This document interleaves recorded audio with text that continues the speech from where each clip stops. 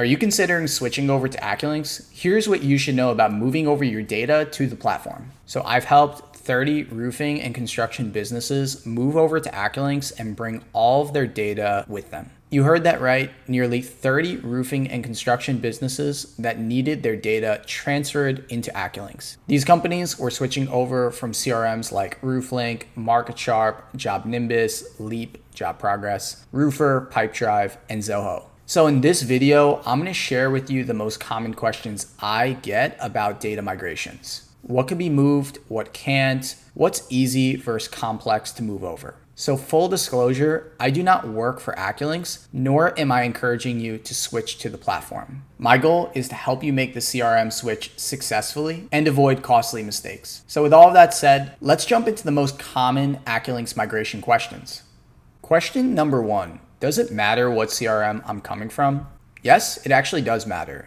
The CRM that you're switching from needs to give you a viable way to export your data, a way to get things like your contacts, jobs, and financials. But the good news is that most CRMs provide a self-service option to generate a raw data report or bulk export. But if you don't see that feature, reach out to your CRM support team and they could either create the report for you or point you in the right direction. So to give you some peace of mind, here's some platforms that have that feature and allow you to generate this report. MarketSharp, JobNimbus, Leap, Pipedrive, Zoho, HubSpot, and RoofLink. For Roofr, you're going to need to reach out to customer support and they can generate the report for you. All of these platforms give us the data sets that we need that make migrations into AccuLynx possible. One key thing to watch out for, make sure your export includes unique identifiers, like a job ID or a contact ID. That's crucial for lining up everything correctly once the data is moved into AccuLynx.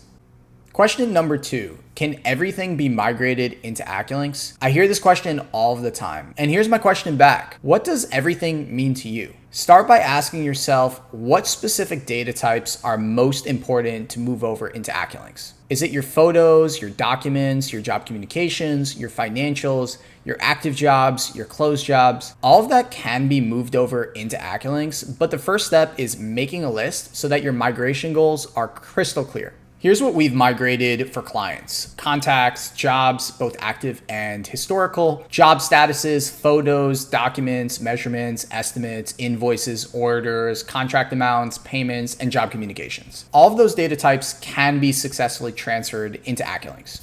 Question number 3, what data is simple versus complex to migrate into AccuLynx? Some data can be moved over via a very simple import process, and that usually includes basic contact information, insurance details, and basic job information like milestones, sales rep assignments, trade types, and work types. But other data is more complex and requires specialized handling because of how the data needs to be structured in AccuLynx. This data cannot be included in the import process. This includes job photos, documents, financials, like contract values and payments, job communications, estimates, measurements, orders, invoices, and any other custom field data. That data is more complex to move over, but it can be done, and we've done it many times before. The simple stuff is quick and clean to move over, while the complex data takes a bit more work to map correctly so that nothing gets lost in translation. Question number 4, how can I prepare for my migration? The best thing that you could do to prepare for your migration is to get organized upfront. Start by making a list of the most common data types that are most important to you.